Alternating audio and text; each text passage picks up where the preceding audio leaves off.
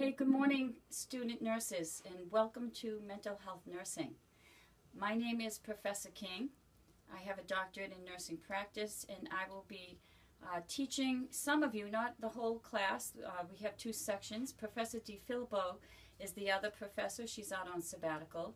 So I'm going to talk with you a little bit about what you might expect, and I want to introduce someone else to you. Hi, my name is Eric Santos, and I, like you, was an undergrad here for nursing, and I got my BSN, and now I came back and I am working on my master's in nursing education.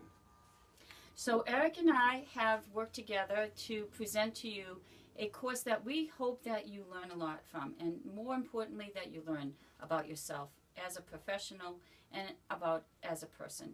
So what I'm going to suggest is that over the summer, you don't have to, but for all those students who like to come into September prepared, you'll receive a packet of what to expect from mental health nursing. Two very important things you might consider doing this summer is the autobiography, which is a 10-page autobiography, and you'll receive today the rubric for that. And the other is to go to an AA or NA meeting and write that up in a journal. That's typically typed 2 pages, your experience of being at the meetings. I suggest an open meeting, not a closed meeting. You can find these online in your community, in the churches in your community, and if you just Google AA meetings in my area, you'll find an AA meeting or NA meeting. But I just want to go through the pamphlets here, and then I want Eric to talk a little bit about what you can expect in the classroom. So you're going to receive this welcome letter from me, and there's some quotes that some of the nursing students who've been in my course have talked a little bit about, and that they will be on the back of it. So you can read some of the legacy, if you will, from other students about this course. You're going to see the rubric for the autobiography. Follow this to the T. This is how you'll get a good grade. This is due the first day of your clinical. So those who like to come prepared, again, I would do this over the summer. I'm not suggesting you do it. I'm just saying it might be a good idea. And then you're going to read a little bit about a promotion group that we do have students do groups. This is a little bit about that, not to stress you out. Believe it or not, this is typically the best experience in all the clinicals for students, from what I gathered them telling us at the end of their experience. So I also will include the syllabus.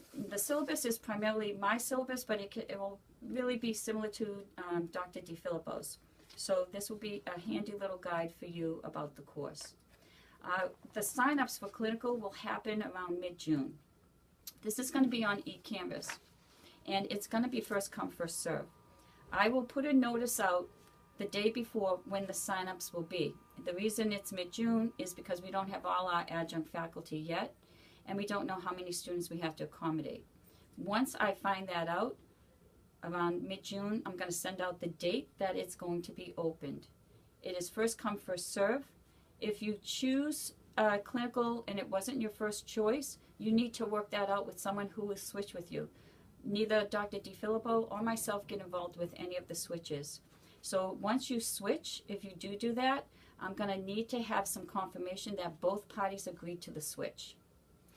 And I think that's, oh, there's one other thing I want to say. The CCP, the requirements to get into clinical. By August 1st, Crystal would like to make sure that you have your TB, your CPR, and a flu shot at least set up before September, because you can't start clinical without that.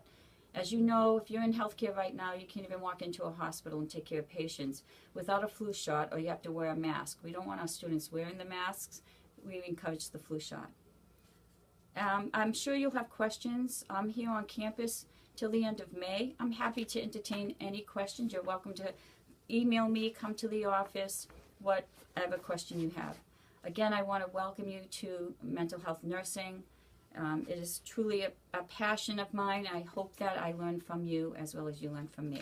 So I'm going to hand it over to Eric, and he'll talk a little bit about the experience in the classroom, what you can expect. All right, so for you to do well in the classroom, what I would recommend for you to do is do the readings ahead of time. Look at your PowerPoints and use that to guide your reading, and do the questions at the end of the chapter, and use your ATI book and do the questions in the ATI book. And I would be practicing the NCLEX questions for mental health in the nursing lab too. And I also created some Jeopardy templates that you guys can use by yourself to quiz yourself, or you can use them in a group to help you study. But if you do the reading, do the questions, and you pay attention in class, you should do well in the class. And I think that's true, Eric. I think one of the things that we have a new book. So if you were thinking about buying the Townsend 6th edition, it's not going to be a good idea. The bookstore has the 7th edition for you, and I suggest you get that book. I suggest to all my students bring both books in, the ATI book to class and the Townsend. Oftentimes in class I'll say, open your books to this page. If you come in without a book, you're going to feel like, oh, what am I going to do here? So come prepared to my classes. The concept checks that I give are every lecture, at the end of every lecture. It's 15% of your grade. And you have to be present to do the concept check.